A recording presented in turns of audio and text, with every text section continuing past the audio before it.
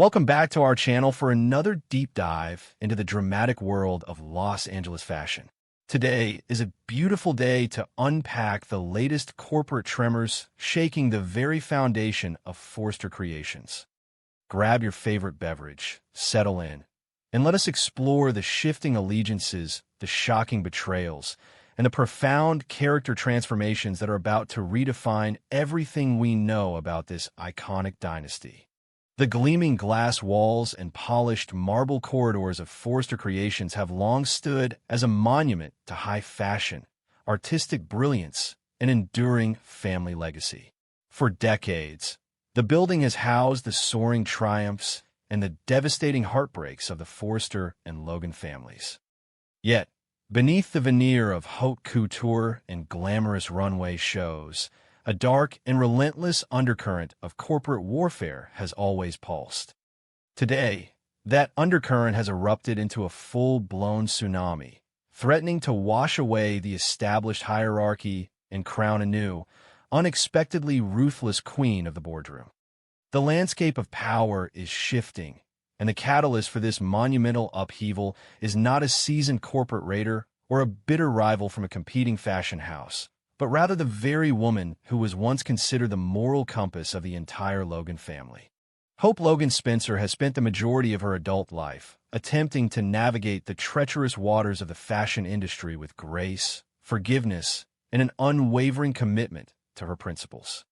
She built her brand, Hope for the Future, on a foundation of positivity, ethical practices, and a genuine desire to make the world a better place. For years, she played the role of the dutiful daughter, the supportive wife, and the accommodating colleague, often turning the other cheek when faced with the relentless condescension and territorial aggression of Steffy Forster Finnegan. Hope believed that hard work, talent, and a pure heart would ultimately secure her place in the legacy of Forster Creations. However, recent events have brutally shattered that illusion, forcing Hope to confront a harsh and undeniable reality. In the cutthroat world of high fashion, playing nice is a guaranteed recipe for marginalization, and the only way to survive a tyrant is to become a master of the game. The breaking point did not arrive with a dramatic screaming match or a physical altercation, but rather with a cold, calculated dismissal. When Steffy Forster Finnegan made the unilateral executive decision to pause the Hope for the Future line yet again, prioritizing Eric Forster's couture collection and casually tossing Hope's life work aside, something fundamental snapped within Hope's psyche. Steffy's condescending challenge, her arrogant and dismissive attitude, and her absolute refusal to acknowledge Hope's contributions served as the ultimate catalyst for a terrifying metamorphosis.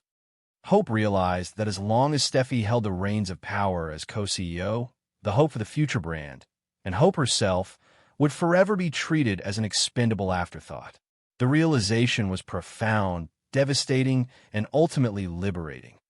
The era of the sweet, accommodating Hope Logan was officially dead, replaced by a cold, calculating, and utterly ruthless corporate strategist determined to orchestrate the ultimate hostile takeover.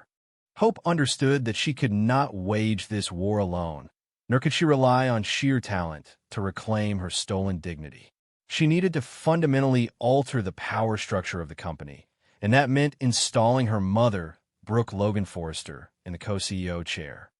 But Steffy's position was heavily fortified, protected by ironclad contracts, family loyalty, and the unwavering, albeit paralyzed, support of Ridge Forster. To dismantle Steffy's empire, Hope needed a weapon capable of piercing the thickest corporate armor. She needed access to the deepest, most heavily guarded legal secrets of Forster Creations. She needed the one man who held the keys to the kingdom, the architect of the company's legal framework, and the silent observer of its darkest executive flaws. She needed Carter Walton. Carter Walton has long been the unsung hero and the tragic Cassandra of Forster Creations. As the chief operating officer and lead legal counsel, Carter possesses an encyclopedic knowledge of every contract, every non-disclosure agreement, and every hidden loophole within the company's vast legal architecture. He is a man defined by his rigid moral compass, his fierce loyalty to the Forrester family, and his deep-seated desire for corporate harmony. Yet, Carter is also a man burdened by the weight of his own unheeded warnings. He had explicitly sat down with Ridge and Steffy, looking them in the eye and warning them that their arrogant executive decisions and their relentless marginalization of Hope would have devastating, unavoidable consequences. His warnings were brushed aside, his expertise ignored in favor of Steffy's unchecked hubris. Hope recognized this simmering frustration within Carter, and she targeted it with the precision of a heat-seeking missile. Hope did not approach Carter with the overt seduction or the theatrical villainy of a classic soap opera antagonist. She knew that Carter was far too intelligent and far too principled to fall for such transparent tactics. Instead, she employed a much more dangerous and insidious weapon: weaponized sincerity. Hope orchestrated a series of seemingly organic encounters with Carter, catching him in moments of quiet reflection or late-night exhaustion. She approached him not as a corporate raider demanding secrets, but as a broken, desperate woman seeking guidance from the only man she believed possessed true integrity.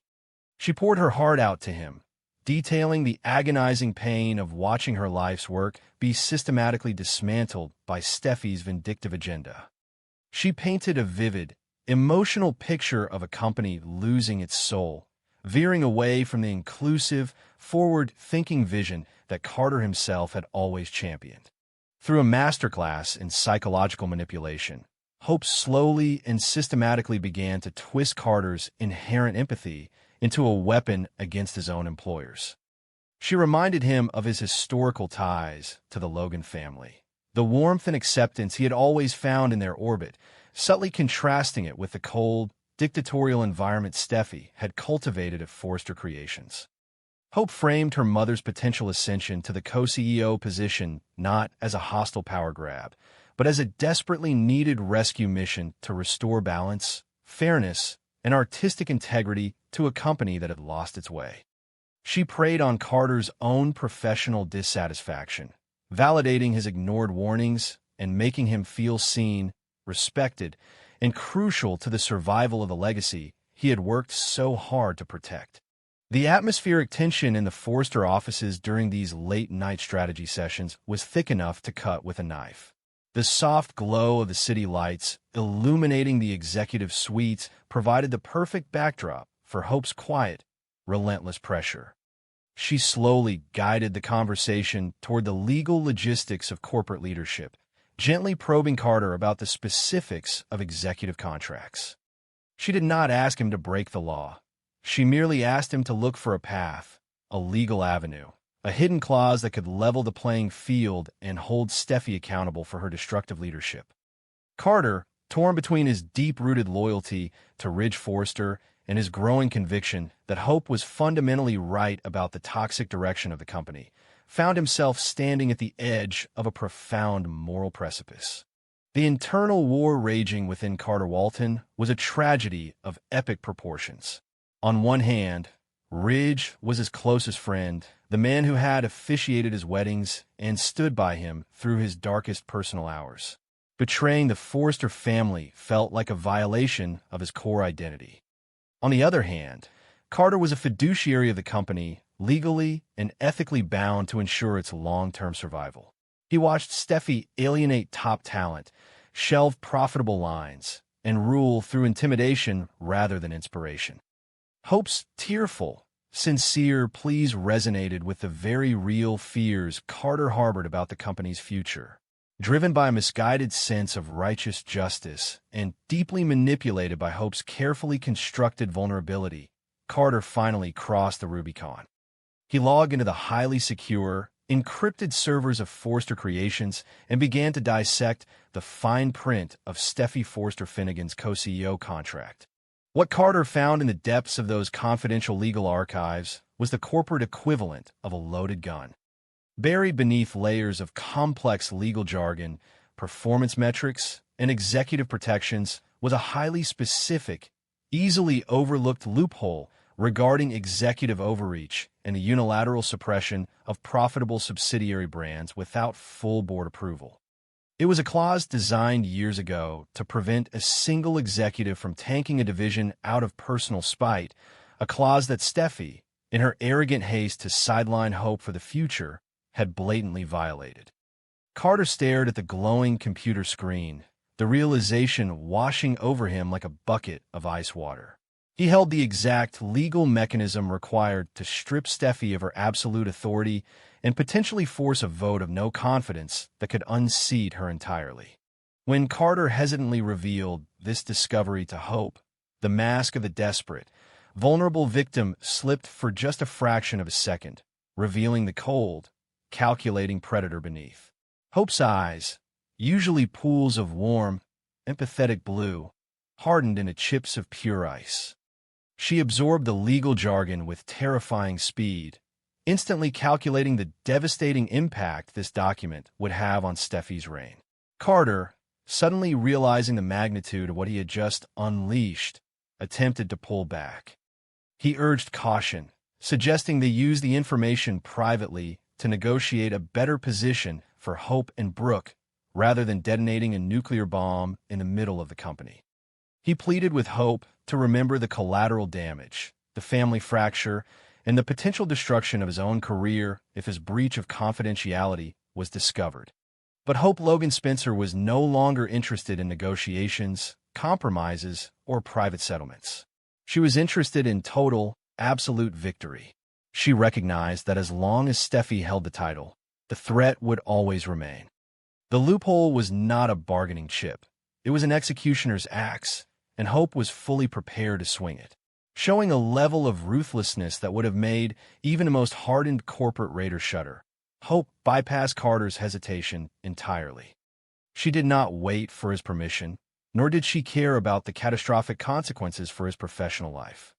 In a move of breathtaking betrayal and calculated malice, Hope orchestrated the anonymous leak of the highly confidential document directly to the Forrester Creations Board of Directors, the senior executive team, and a select group of influential fashion media outlets. The morning the document leaked, the atmosphere at Forrester Creations descended into absolute chaos. The glass walls of the executive suites seemed to vibrate with the sheer force of the panic spreading through the corridors. Steffy Forrester Finnegan, who had arrived at the office radiating her usual aura of untouchable authority, was blindsided by a tidal wave of urgent emails, frantic phone calls, and emergency board summons. As she read the leaked document, the blood drained from her face. The ironclad contract she believed made her invincible was suddenly exposed as a fragile house of cards, and her unilateral decisions regarding hope for the future were now the subject of intense, hostile scrutiny. The walls of her corporate empire were closing in, and the realization that her co-CEO's seat was an immediate, terrifying jeopardy hit her with the force of a physical blow.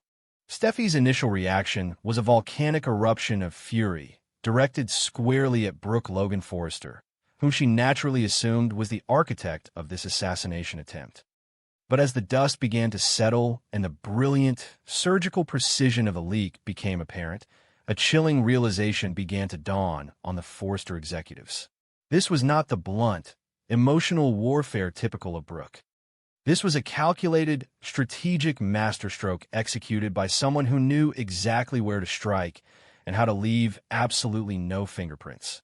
From the shadows of the design room, Hope watched the chaos unfold with a terrifyingly calm demeanor.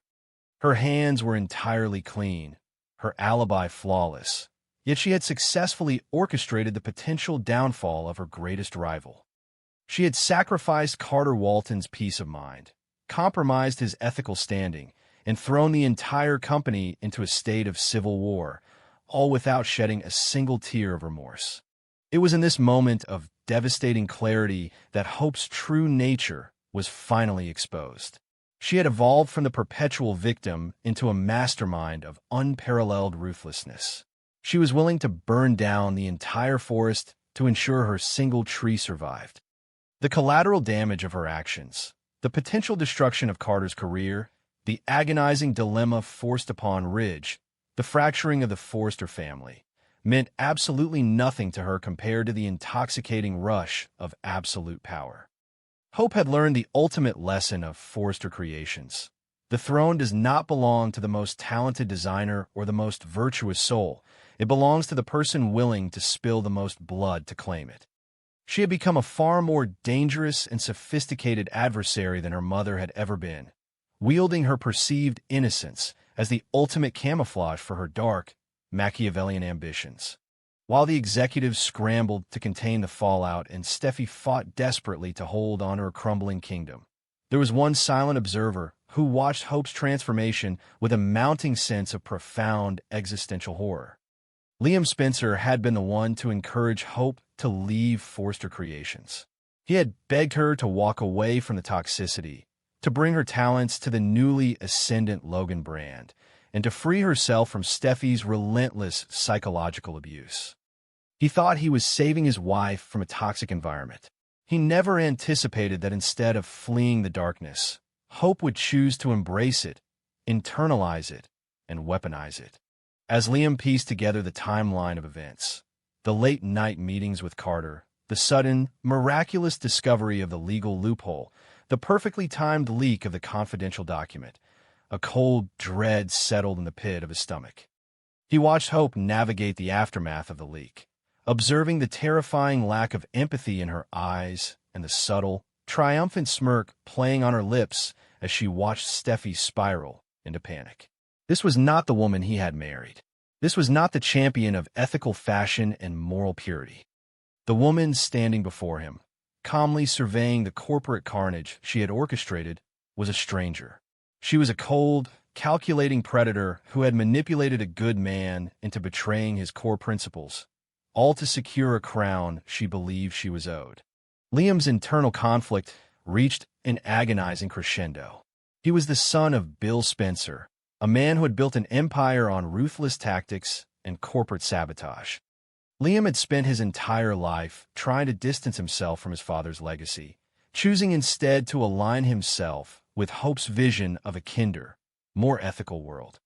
To realize that the woman he loved had voluntarily descended into the very mud he had spent his life trying to escape was a betrayal of the highest order. He realized, with a sickening sense of clarity, that Hope's pursuit of power had completely consumed her soul. She had justified her cruelty under the guise of self-defense, convincing herself that destroying Steffi was a righteous crusade rather than a vindictive power grab. But Liam saw the truth. He saw the monster she had become, and the realization left him paralyzed with fear. The war for Forrester Creations has officially entered its darkest and most destructive chapter. The battle lines have been redrawn, not with fabric and design sketches, but with leaked documents, shattered loyalties, and weaponized secrets. Hope Logan Spencer has crossed a line from which there is no return, trading her moral high ground for a seat at the head of the table. As Steffi fights a desperate battle for her corporate survival, and Carter grapples with the devastating consequences of his manipulated betrayal, Liam is left to mourn the death of the woman he once knew. The Logan and Forrester families are hurtling toward a catastrophic collision, and at the center of the impending bloodbath stands Hope, a ruthless, brilliant strategist who has finally learned that in the game of absolute